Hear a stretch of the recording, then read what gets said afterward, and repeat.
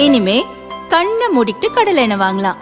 ஏன்னா மந்த்ரா கடலை எண்ணெய் இதயத்தின் தயாரிப்பு. வறுக்க பொரிக்க ஏன் எல்லா சமையலுக்கும் மந்த்ரா தான். மந்த்ரா கடலை எண்ணெய், அபார ருசி, ஆரோக்கியமான உடல் நலம். மக்களாட்சி வருது.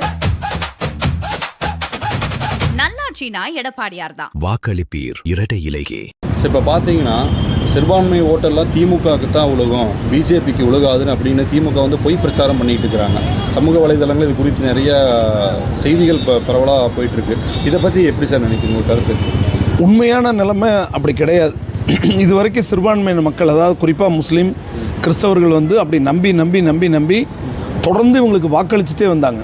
அப்படி வாக்களிச்சுட்டு வந்துட்டு இருக்கக்கூடிய சூழ்நிலையில் வாக்குறுதிங்கிற பேரில் நாங்கள் உங்களை பாதுகாவலன், சிறுபான்மை மக்களுக்கு பாதுகாவலன் இதையவே சொல்லி மோடி வந்துடுவார், பிஜேபி ஆட்சி வந்துடும், பிஜேபி தமிழகத்துக்குள்ளே வந்துடும் அப்படிங்கிற மாதிரி ஒரு மாய பிம்பத்தை சொல்லியே எங்கள் வாக்குகளை களவாடுகின்ற ஒரு திட்டத்தை அவங்க எப்பவும் தொடர்ந்து செஞ்சுட்டு இருந்தாங்க.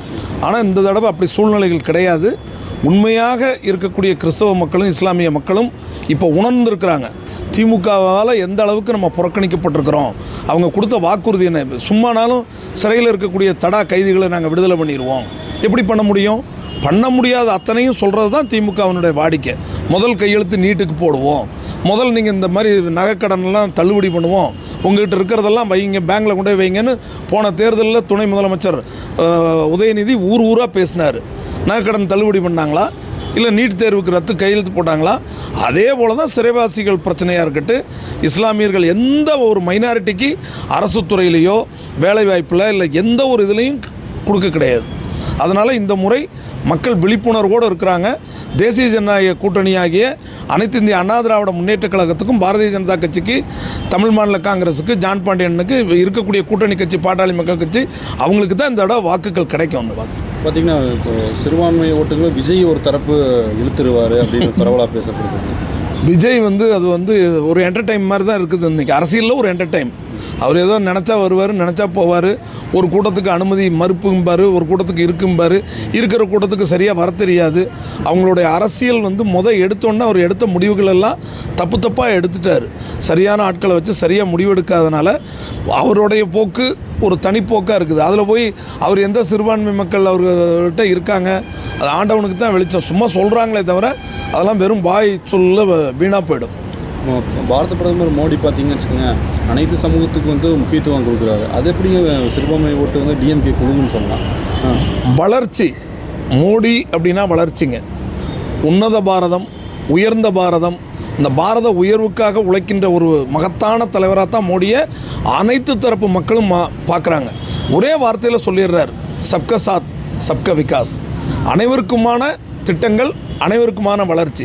அது இன்ஃப்ராஸ்ட்ரக்சர், பாலங்களாக இருக்கட்டும், விமான தளங்களாக இருக்கட்டும், இல்லை பாதுகாப்பு பிரச்சனையாக இருக்கட்டும், கொடிய கொரோனா வந்தப்போ நம்மளுக்கு கொடுக்கப்பட்ட ஊசியாக அந்த உயிர் காக்கும் ஊசி மருந்துகளை கொடுத்ததாக இருக்கட்டும், இல்லை இன்றைக்கு வரைக்கும் ரேஷனில் கொடுக்கக்கூடிய உணவுப் பொருள்கள் பாருங்கள், அன்னைக்கு அறிவித்த திட்டம் இன்றைக்கு வரைக்கும் அனைத்து மக்களுக்கும் ரேஷன் பொருட்கள் இலவசமாக மோடி வழங்கிட்டு இருக்கிறார். அது மாதிரி அதாவது இவங்க சொல்லிட்டு செய்யாமல் இருக்கிறத விட அவர் எதையும் சொல்ல மாட்டார். உனக்கு செய்கிறேன், எனக்கு செய்கிறேன், தனித்து பிரித்து பார்க்கின்ற இனம் பாரதிய ஜனதா கட்சி கிடையாது. பாரதிய ஜனதா கட்சி பொறுத்த வரைக்கும் தேசம், பாரத தேசம், அகண்ட பாரதம், நம்ம உன்னத பாரதம், உயர்ந்த பாரதம், அதுக்காக மோடி அவர்கள் உழைத்து கொண்டிருக்கிறார்கள். அதை பார்க்கறதுனால இன்றைக்கி வந்து அவர் வந்தால் அந்த பிரச்சனை வந்துடும், இந்த பிரச்சனை வந்துடும், சிறுபான்மை மக்களுக்கு இருக்க முடியாது, பாகிஸ்தான் ஓடிடுவாங்க, என்னெல்லாம் இவங்க பொய் சொன்னாங்களோ, காங்கிரஸ், கம்யூனிஸ்ட் இவங்கெல்லாம் சேர்ந்து கட்டிய பிம்பங்களெல்லாம் உடைக்கப்பட்டு 14லேருந்து இன்னைக்கு வரைக்கும் மோடியினுடைய அரசாங்கத்தால் அனைவரும் ரொம்ப சுபிச்சமாக காணா பீனா சோனா ஆராம்ச போயிட்டுருக்குது. அதனால் ரொம்ப நிம்மதியாக மக்கள் இருக்கிறாங்க. அந்த மக்கள் இந்த முறை வாக்களிப்பாங்க. சிறுபான்மை ஓட்டு கண்டிப்பாக பிஜேபி உறுதியாக சொல்கிறேன். நீங்கள் மோடி மதுராந்தகத்துக்கு வரும்போது 100 போதகர்கள் வந்திருந்தாங்க. அதே மாதிரி திருச்சிக்கு அவர் வர்ற இடங்கள்லாம் இன்றைக்கி இருக்கக்கூடிய சிறுபான்மை மக்கள், அந்தந்த பகுதியில் இருக்கக்கூடிய அந்தந்த டயசஸுக்கு கீழே இருக்கக்கூடிய போதகர்கள் வெளிப்படையாக வந்து ஆதரவு தர்றாங்க. இப்போ கோயம்புத்தூரில் கூட நீங்கள் பார்த்தீங்கன்னா குறைஞ்சது ஒரு 100 ஃபாதர்கள் வந்து ஆதரவு கொடுக்கக்கூடிய சூழ்நிலைகள் நீங்கள் பார்ப்பீங்க. மோடி அவர்கள் 18ஆம் தேதி வருகிறார்கள். எங்களுடைய ஆதரவு பூரா உங்களுக்கு இருக்குன்னு அவங்க சொல்லக்கூடிய ஒரு சூழ்நிலை இங்கே உருவாகும்.